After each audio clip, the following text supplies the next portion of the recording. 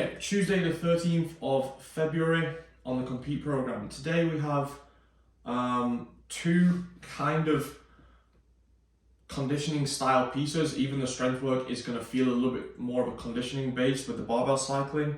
You have the core conditioning, and then you have a really big amount of upper body strength and accessory work.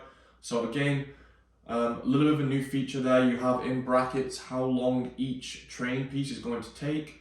So you can then kind of just have a quick overview. You've got 20 minutes, 80 minutes, and 40 minutes.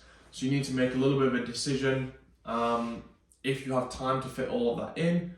And if not, you'll see, okay, which one can I take out? Which one is the least priority for me right now? So I can take that out. And you know before you even start the session how long each piece is roughly going to take. It's not an exact amount, and it does take into account a little bit of transitioning if there is time for that in there.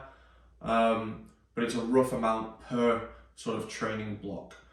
So barbell cycling, we have 10 down to 1 of power cleans with 1 up to 10 of push jerks, and the goal is to hit every set of 11 reps unbroken. So the 11 reps is made up of, first of all, it would be 10 power cleans into 1 push jerk, so that's your 11. You would drop the bar, rest as little as you need to then go 9 power cleans into 2 push jerks. A really good way to do this, you can rest as little as you need to, or you can just have a partner and try and go 1-to-1 on the sets. That would also work great. But the main thing here is that you're resting as little as you need to, so you're not taking unnecessary rest, but we want the movement to be quite good. So there's no real sort of stress to get through these, and having it kind of the barbell cycling falling apart a little bit. We want those power cleans to be nice, smooth reps, touch and go, maintaining good form, especially on the lowering phase, because that is when people get really sloppy as you're lowering the bar back down to the ground, and then going into sort of touch and go push jerks off the shoulders, keeping those nice and controlled, being in control of your breathing all the way through. So a bit of a blend of strength and conditioning work to get you started.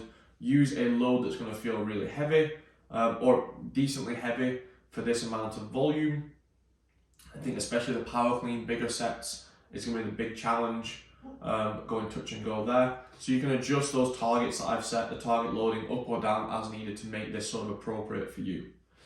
Take some rest after that. You're going to feel pretty fatigued, and then you're going to go into this core conditioning piece. This is something very similar to what I gave the pro guys a couple of weeks ago, and again, the time cap is really challenging, so it could be a bit more of an AMRAP than it is for time, but that's absolutely fine. Just trying to get as much done in this 80 minutes as possible, and we're looking at about 3 to 4 minutes per sort of, if you break this into blocks of, you have calories and then you have core work, calories, core work, and you finish with calories, you've got about 3.5 minutes per block if you want to be able to get this done in under 18 minutes. So that's a pretty hard skiing pace.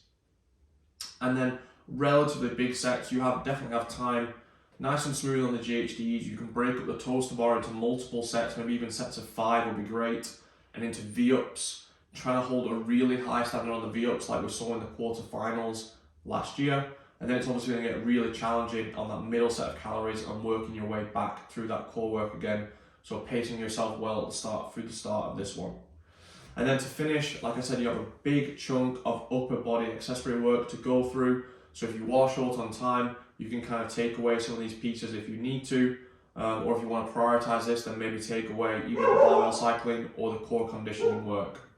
But yeah, dumbbell bench press, hand over hand sled pulls, and then you have 2 smaller supersets to finish off the session.